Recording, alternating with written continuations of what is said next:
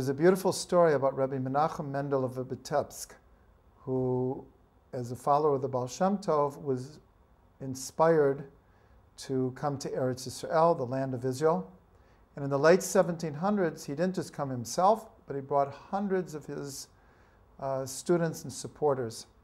And they came to the cities of Tzfat and Tiberias, and that's where they settled.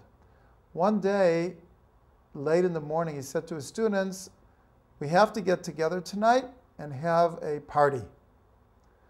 So everyone was very excited. Great, a party. So they brought drink and food, and they're celebrating and singing. And one of the students thinks to ask the Rebbe, "Rebbe, what are we celebrating? You didn't tell us." He said, "I thought you'd never ask. I want to tell you a story."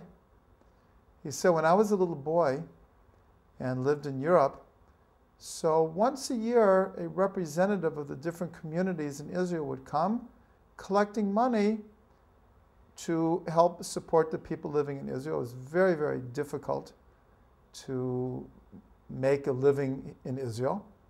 And I was fascinated. He would tell stories about the holy cities and the land of Israel, and it seemed like a dream. And at the end, I would always wait till everyone left, and I would come up and said, "Can't you tell me more? Isn't there more?" And most of the time, they didn't really understand what I was asking. One time, when I was already a teenager, one of these representatives came, and he told beautiful stories about the land and what life was like in Israel. And I asked him my question, "Can't you tell me more?" And the man looked at me and he said, "I see you have a soul that's connected to the land of Israel. And I bless you one day to make it there.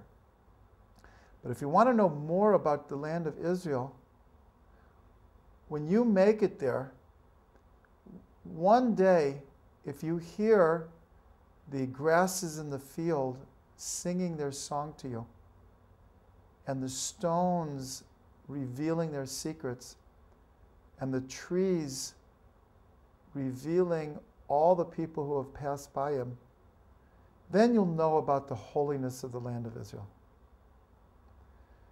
So Rabbi Menachem Mendel says to his students, "We've been in Israel for 20 years now. And I never forgot what this man said. How many hundreds of times have I gone out into nature and longed to hear the song of the land of Israel? And I want you to know that today I went out into the fields and I was praying, and for the first time I began to hear the grasses of the field singing along with me. And I began to hear the footsteps of every Jew that had walked on this earth. And even the trees were revealing secrets to me. And I realized that for the first time, I had an inkling what it means, the holiness of the land of Israel." This is one of my favorite stories.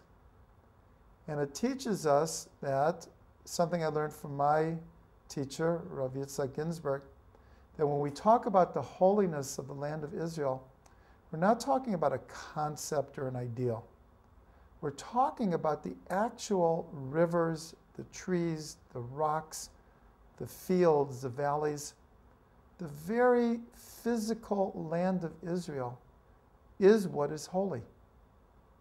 And this is a profound teaching about life itself, that we tend to think that the spiritual and physical are two different worlds, two different levels. But they're not at all. The spiritual and the physical, like the shape of the Magen David, that are two interlinking triangles, one going up and one going down. This is what spirituality and physicality are meant to do, is to interlock and be integrated together. So the same with the land of Israel.